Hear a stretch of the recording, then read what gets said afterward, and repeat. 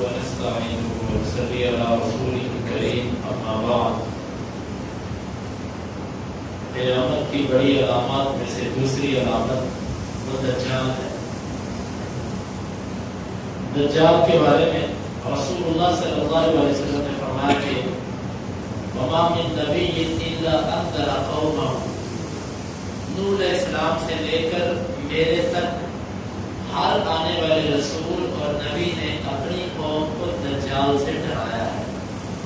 اور آپ صلی اللہ علیہ وسلم نے دنیا میں قیامت تک آنے والے فتنوں میں سے سب سے بڑا فتنہ دجال کو قرار دیا، حتیٰ کہ اگر آپ نے کسی کیفیت کو تشبیہ دی ہے تو دجال کی فتنے کے ساتھ، جس طرح کہ آپ صلی اللہ علیہ وسلم نے فرمایا ہے انکم تفتنون فی قبورکم کفتنة مسیح الدجال او قریبا منہ او کما قال، آپ نے فرمایا تم اپنی قبروں میں ایسے آزمائے جاؤ گے جیسے دجال کے زمانے میں لوگ فتنے میں آزمائے جائیں۔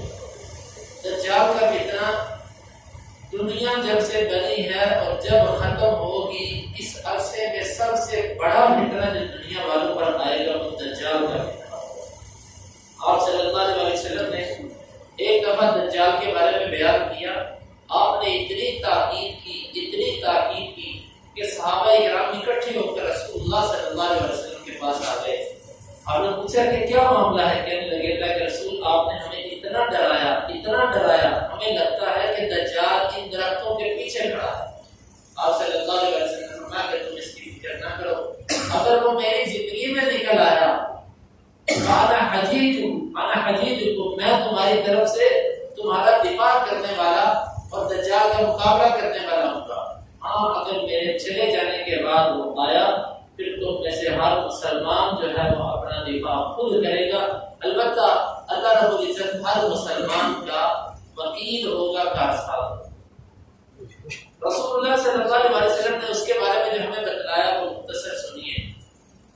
دجال آدم کی اولاد میں سے ہوگا، اس کے جو اوصاف بیان ہوئی، یہ نوجوان ہوگا، کنگریالے بالوں والا اور درمیانہ قد ہوگا، مضبوط جسم ہوگا اور ایک آنکھ اس کی باہر کو ابھری ہوئی ہوگی اور ایک آنکھ اس کی بالکل ایسے جیسے ہاتھ پھرا ہوتا ہے کسی چیز پر، اسی لیے اس کو مسیح کہتے ہیں۔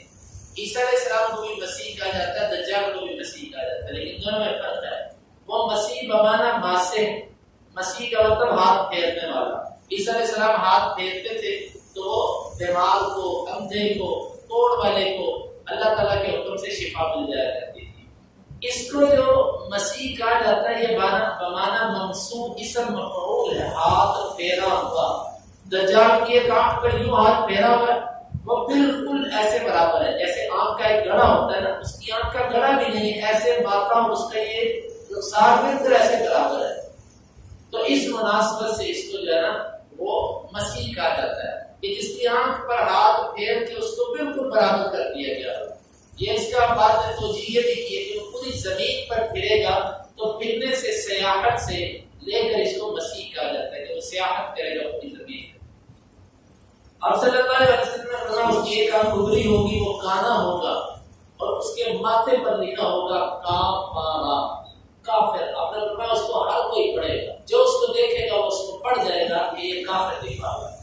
اور آپ نے فرمایا کہ وہ پوری زمین میں پھیلے گا، نکلے گا وہ عراق اور شام کے درمیان کے علاقے سے، وہ پوری زمین پر پھرے گا اور ٹوٹل زمین پر جو وہ ٹھہرے گا وہ صرف 40 دن ٹھہرے گا، 40 دن۔ لیکن اس کے 40 دن کیسے ہوں گے؟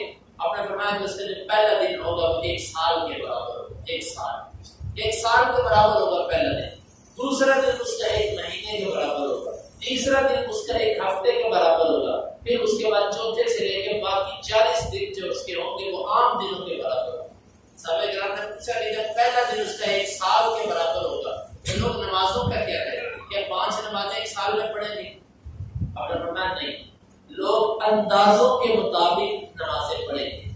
اب ہم دیکھتے ہیں کہ اللہ تعالیٰ نے گھڑیاں بنا دی، یہ گھڑیاں ہمیں بتا دیتی ہیں کہ اتنے گھنٹوں بعد فلانی نماز آ جاتی ہے۔ اب نے فرمایا لوگ اندازے کے مطابق نمازیں پڑھیں گے، ایک دن 1 سال کے برابر ہوگا، لیکن اس میں 5 نمازیں نہیں آئیں گی، اس میں پورے سال کی نمازیں آئیں گی۔ وہ 1800 بنتی ہیں، جتنی بھی بنتی ہیں وہ پورے سال کی نمازیں ہیں۔ یہی سے اہل علم نے استدلال کیا کہ وہ علاقے جہاں 6 مہینے دن اور 6 مہینے رات رہتی ہے، وہ علاقے والے اندازے کے مطابق نمازیں پڑھا کریں۔ یہ مطلب نہیں کہ 6 مہینے دن رہتا ہے وہ صرف دن کی 3 نمازیں پڑھے، فجر ظہر عصر، یہ مطلب نہیں ہے اس کا، وہ اندازے کے مطابق نمازیں پڑھے۔ تو آپ نے فرمایا یہ فتنہ ہوگا، وہ زمین پر پھیلے گا، پوری زمین پر وہ چلے گا، ایسی اس کی رفتار ہوگی، ایسی اس کی رفتار ہوگی کہ وہ پوری زمین پر چکر کاٹ جائے گا، سوائے مکے اور مدینے کے وہ ہر جگہ پر جائے گا۔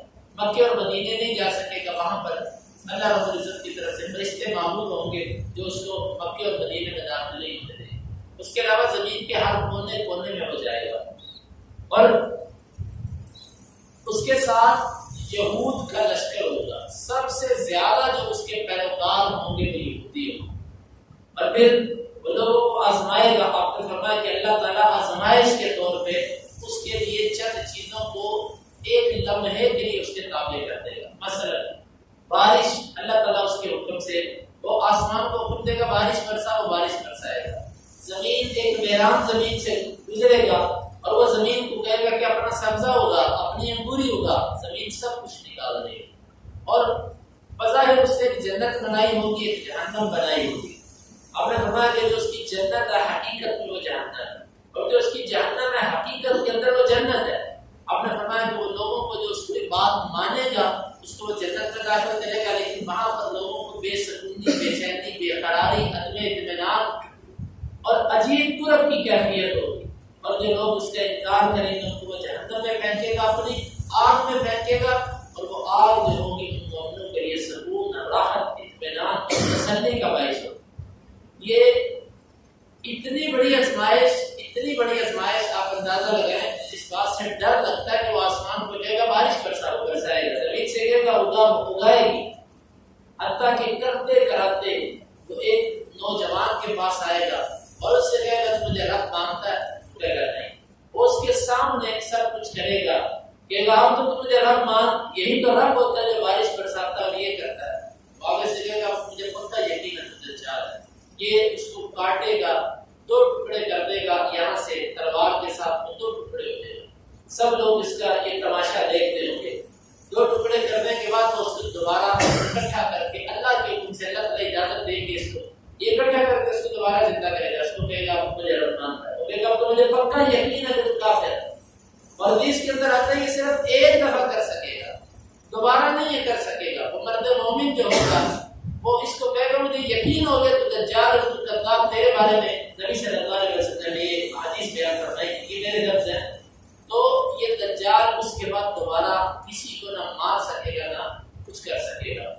آپ اندازہ لگائیں کہ اتنا بڑا فتنہ ہوگا۔ ہماری قوم ایسی بھولی والی قوم ہے، کسی کی تھوڑی سی شوخ بازی دیکھ کے اس کو بری سمجھ جاتے ہیں، کسی کی تھوڑی سی ناٹک بازی اور ڈرامے بازی کو دیکھ کے ہم کہتے ہیں بہت اونچی سرکار ہے۔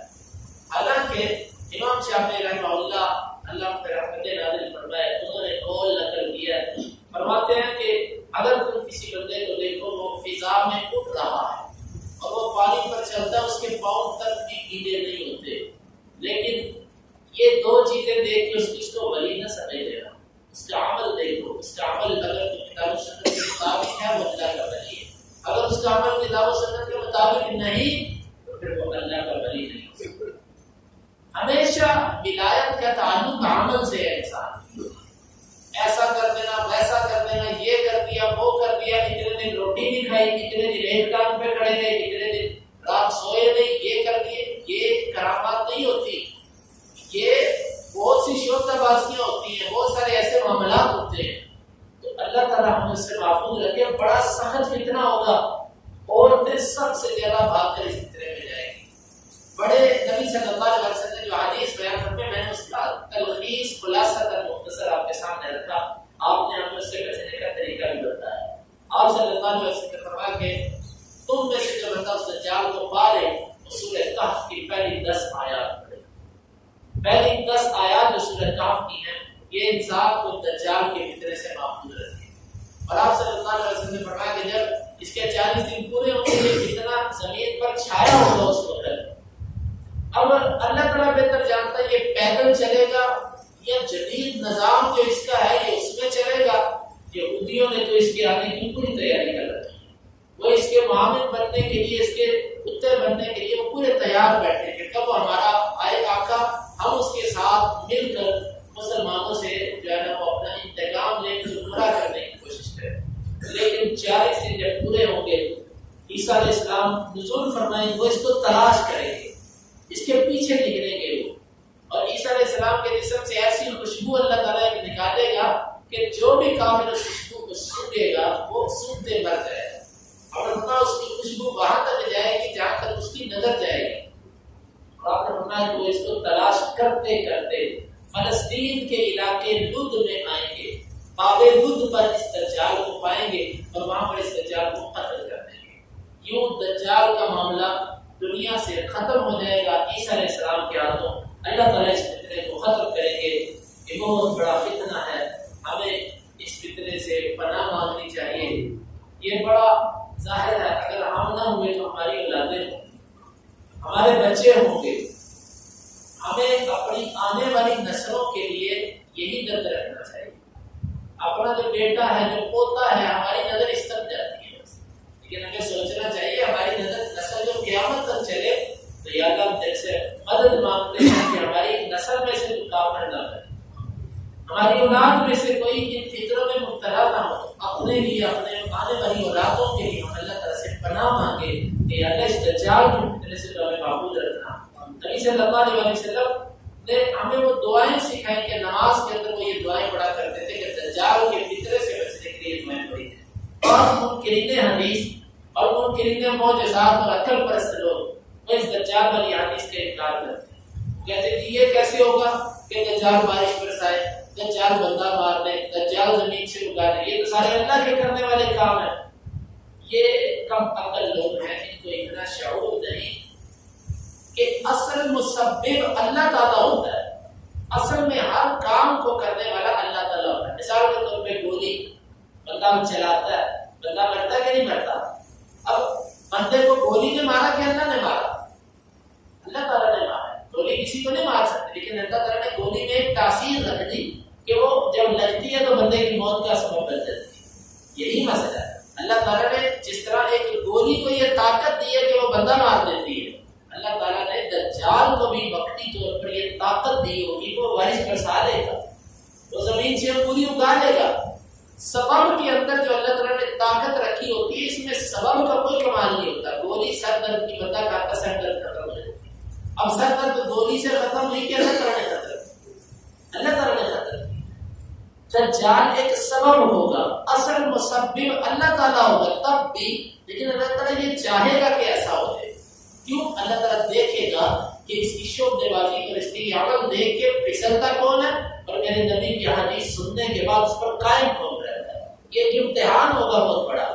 اللہ رب العزت نے یہ جو چیزیں بنائی ہیں، یہ طاقت دی ہے ان شیطانی چیزوں کو، یہ امتحان اور آزمائش کے لیے دی ہے. یہ بات اگر کسی کو سمجھ آتی تو دجال کا مسئلہ مشکل نہیں ہے.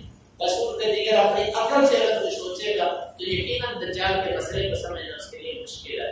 تو یہ اس کے ساتھ ہی جو فتنہ ہوگا وہ یاجوج ماجوج کا ہوگا. یہ بھی بہت بڑا فتنہ ہوگا.